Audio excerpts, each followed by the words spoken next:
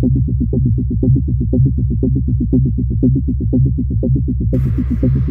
আসসালামু আলাইকুম viewers, welcome to my channel. কেমন আছেন আপনারা সবাই? দেশে এবং দেশের বাইরে যে যেখান থেকে আমার এই ভিডিও দেখছেন না কেন, সবাইকে জানাচ্ছি সাজেস ব্লগ চ্যানেলে স্বাগত। তো বন্ধুরা, এখানে আমি দেখুন কই মাছ নিয়েছি এবং কই মাছটা হচ্ছে একটু কেচে কেচে নিয়েছি যাতে লবণটা প্রবেশ করে, এবং লবণ দিয়ে আমি হচ্ছে 10 মিনিটের মতো হচ্ছে ম্যারিনেট করে রেখে দেব। আর কি তরকারির সাথে দিয়েছি সেটাও আপনাদের সাথে শেয়ার করছি, চলুন একবার দেখে নেওয়া যাক। এখানে আমি 5টা কই মাছ নিয়েছি। আপনারা আপনাদের পরিমাণ বা পরিবারের সদস্য অনুযায়ী কম বেশি বাড়িয়ে কমিয়ে নিতে পারেন। তো সেটাও আমি আপনাদের সাথে আসলে একটু শেয়ার করলাম। বন্ধুরা দেখুন, এখানে আমি হচ্ছে কচুরমুখী আগে হচ্ছে খোসা ছাড়িয়ে দেন হচ্ছে ধুয়ে একটু লবণ মেখে রেখেছিলাম। তারপর হচ্ছে আবার একটু ধুয়ে দেন হচ্ছে আম গাছ আছে যেহেতু আমাদের, আমের পাতা ধুয়ে তারপর হচ্ছে এখানে একটু সিদ্ধ করে নিচ্ছি, কারণ দ্রুত তরকারিটা সিদ্ধ হবে। আর বড় কথা হচ্ছে আমের পাতা দেয়া এই কারণে, যদি ভুলবশত কারো অ্যালার্জি থাকে বা চুলকানির সমস্যা থাকে, অ্যালার্জির কারণে অনেক সময় চুলকায়, বা এমনিও যদি ছায়ায় যদি এই মুখী তরকারিটা হয় তো সেই ক্ষেত্রে গলা চুলকাতে পারে। তো সেই জন্য হচ্ছে আপনার এই আম পাতা দিয়ে সিদ্ধ করে নেওয়ার কারণ। তা আমাদের সিদ্ধ হয়ে গেছে, এখন রান্নার যে প্রণালীটা সেখানে চলে যাব। দেখুন, এখানে হচ্ছে আদা কুচি, রসুন কুচি এবং হচ্ছে পেঁয়াজ কুচি দিয়ে হচ্ছে পরিমাণ মতো সব নিয়ে পরিমাণ মতো সাদা সয়াবিন তেল দিয়ে এখন হচ্ছে ভালো করে ভেজে তুলে রাখবো, কারণ যেহেতু এটা ফোড়নে ঝোল হবে। তো বন্ধুরা দেখুন, আমি মাছগুলো হালকা করে একটু ভেজে নিয়েছিলাম। তার মধ্যে হচ্ছে পরিমাণ মতো কাঁচামরিচ কুচি দিয়ে ফালি দিয়ে দিয়েছি, দেন হচ্ছে মুখিগুলো দিয়ে দিয়েছি। আর একটু গরম পানি করে নিয়েছিলাম, যাতে যেহেতু মুখিগুলো সিদ্ধ করে নিয়েছিলাম, যদি ঠান্ডা পানি দিতাম তাহলে মুখিগুলো শক্ত হয়ে যেত। এই জন্য হচ্ছে আমরা একটু গরম পানি করে সেই গরম পানি দিয়ে দিয়েছি ঝোল হিসেবে।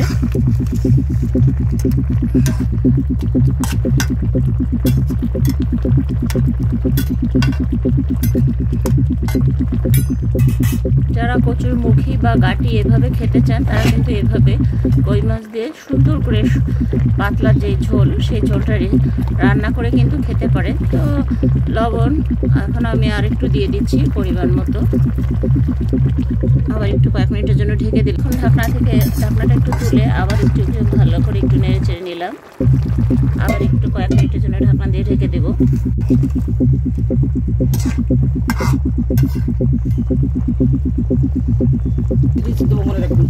আর 2 টেবিল চামচ হচ্ছে ধনিয়া গুঁড়া দিয়ে দিলাম বন্ধুরা।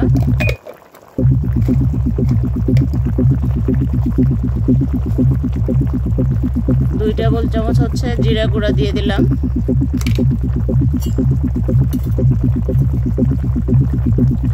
এখন যে ফোড়নটা বেটে রেখেছিলাম সেটা দিয়ে দিলাম।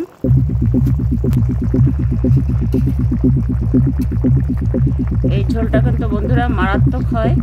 দেখুন, বেশি মশলা না, কিন্তু তারপরও পাতলা ঝোল। আর গরমের সময় আপনারা ভুনা ভাজি যতটা পারেন অ্যাভয়েড করবেন, এটা আপনাদের স্বাস্থ্যের জন্যই ভালো। তো বন্ধুরা, এখন হচ্ছে মশলাটা দিয়ে ভালো করে নাড়াচাড়া দিয়ে মিশিয়ে নেব, এপাশ ওপাশ ঘুরিয়ে ঘুরিয়ে। দেখুন,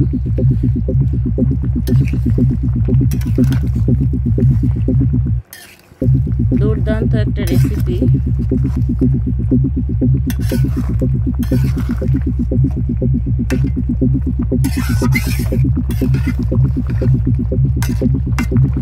আমার এই রেসিপিটা যদি আপনাদের কারো কাছে একটু অংশ ভালো লেগে থাকে, অবশ্যই একটা লাইক, কমেন্ট, শেয়ার করে দেবেন, বন্ধুদের মাঝে ছড়িয়ে দেবেন এবং পাশে থাকা বেল আইকনটি প্রেস করে রাখবেন। কারণ হচ্ছে আমি যখনই নিত্য নতুন ভিডিও আপলোড করবো না কেন, আপনাদের কাছে যাতে পৌঁছে পৌঁছে যায়।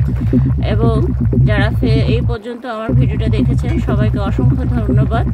যারা ফেসবুক থেকে দেখছেন বা দেখেন তারা অবশ্যই আমার ফেসবুক পেজটা ফলো করে রাখবেন।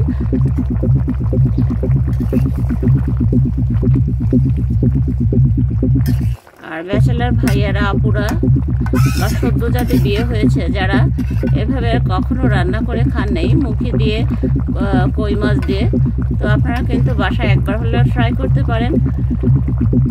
আর কেমন হলো অবশ্যই কিন্তু কমেন্ট করে জানাতে ভুল করবেন না, কারণ আপনারা খুব সুন্দর সুন্দর কমেন্ট করেন।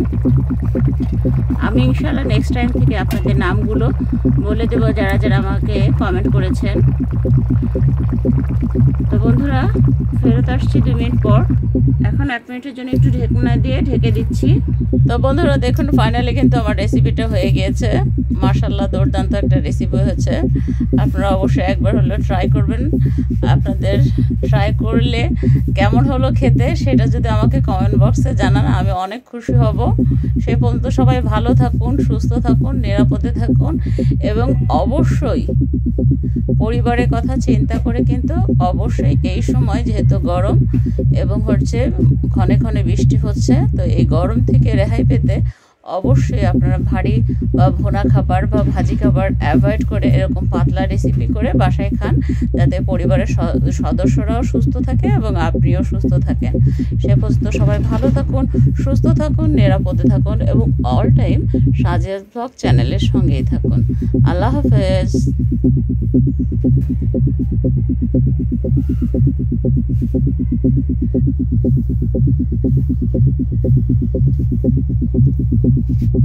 সাদিয়া সবকিছু বুঝাবে না, আমার কালকে বিকেল পর্যন্ত থাকতে অসুবিধা।